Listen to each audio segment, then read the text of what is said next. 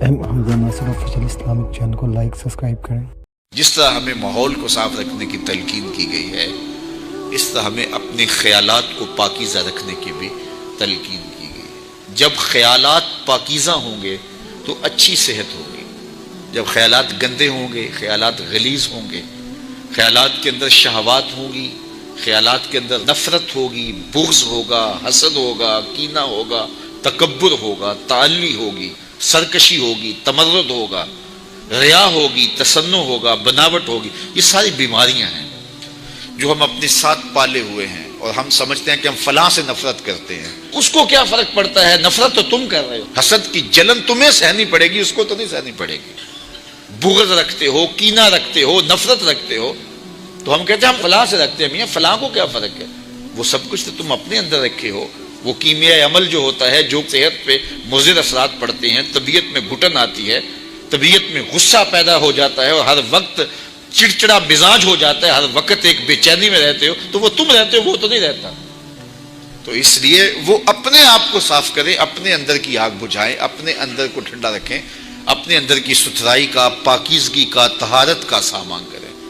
ان چیزوں کا التزام اور ان چیزوں کا اہتمام کرنا یہ ہمارے دین نے ہمیں سکھایا ہے۔ اسی طرح جب کوئی شخص برائی کرتا ہے، کوئی بھی برائی کرے، تو اس کی اثرات اس کے اوپر مرتب ہوتے ہیں۔ تو برائی کے اثرات بد سے اس کے اندر کا نظام بگڑ جاتا ہے، باطن کی طہارت ختم ہو جاتی ہے، اور باطن کی طہارت کو بہت زیادہ اہمیت دی ہے شریعت اسلامیہ نے۔ حسد کے کوڑے، بغض کا کچرا اور نفرت کا جو ہے وہ گند تمہارے اندر اگر جمع ہوتا رہے گا تو پھر اندر سے تعفن اٹھے گا، اور وہ تعفن تمہارے دماغ کو چڑھے گا، اور زندگی کا چین، زندگی کا قرار تمہارا لٹ جائے گا، اور تم سمجھو کہ شاید فلاں کی وجہ سے ایسا ہوا، ہم نے خود نفرتیں پالی، خود اپنے اندر گندگی اور غلاظت ڈالی۔ کچھ اعضاء ہمارے ظاہری ہیں، کچھ اعضاء ہمارے باطنی ہیں۔ آنکھیں عضو ظاہری ہیں، کان، زبان، ہونٹ، ٹانگیں، ہاتھ، یہ ظاہری اعضاء ہیں، اور کچھ اعضاء باطنی ہیں۔ دماغ باطنی عضو ہے، دل باطنی عضو ہے۔ تو یہ جو ظاہری عضو ہیں، اس کی کچھ غلاظتیں، گندگیاں ظاہری ہیں، اور ان کی غلاظتیں کچھ باطنی ہیں۔ مثال کے طور پہ ہاتھ کے اوپر میل لگ گیا، ہاتھ کے اوپر کوئی نجاست لگ گئی، تو یہ عضو ظاہری کی ظاہری غلاظت ہے، تو اس کو پانی سے صاف کیا جا سکتا ہے۔ پاؤں کو چلتے چلتے کوئی گندگی غلاظت لگ گئی، تو آپ آ کے اس کو جلدی سے دھو لیں گے، یہ عضو ظاہری کی ظاہری غلاظت ہے۔ لیکن ان اعضاء کی ایک باطنی غلاظت بھی ہے۔ مثال کے طور پہ یہ ہاتھ ہے، یہ عضو ظاہری ہے، اس کی ظاہری غلاظت تو یہ تھی کہ اس کے اوپر کوئی گندگی لگ گئی، لیکن باطنی غلاظت یہ تھی کہ اس ہاتھ سے تم نے کسی سے ظلم کیا، تو یہ باطنی غلاظت لگ گئی۔ یہ زبان، اس کی ظاہری غلاظت تو یہ تھی کہ کوئی منہ میں ایسی چیز پڑ گئی جو گندی تھی، تو اس کی ظاہری غلاظت ہے، اس ظاہری عضو کی۔ لیکن اس ظاہری عضو کی باطنی غلاظت کیا ہے؟ اس زبان سے جھوٹ بول دیا، اس زبان سے بہتان لگا دیا، اس زبان سے کسی کو گالی دے دی، اس زبان سے سب و شتم کیا، اس زبان سے کسی کے لیے برا لفظ بول دیا، تو اس عضو ظاہری کی یہ باطنی غلاظت ہے۔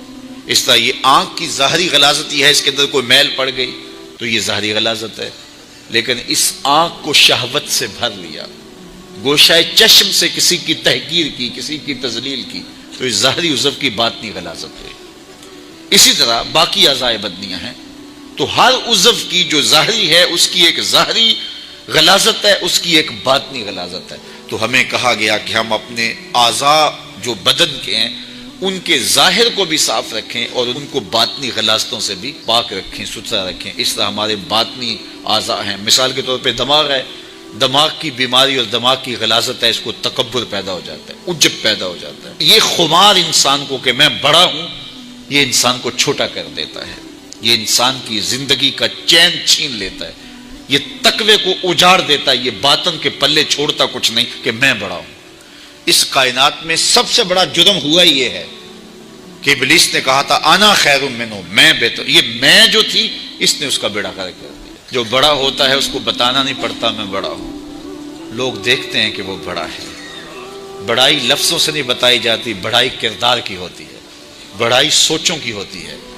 بڑا آدمی دکھائی دیتا ہے کہ یہ بڑا ہے، اس کی عادات سے پتہ چلتا ہے بڑا ہے، اس کے اطوار سے پتہ چلتا ہے بڑا، اس کے طرز زندگی سے پتہ چلتا ہے کہ وہ بڑا ہے.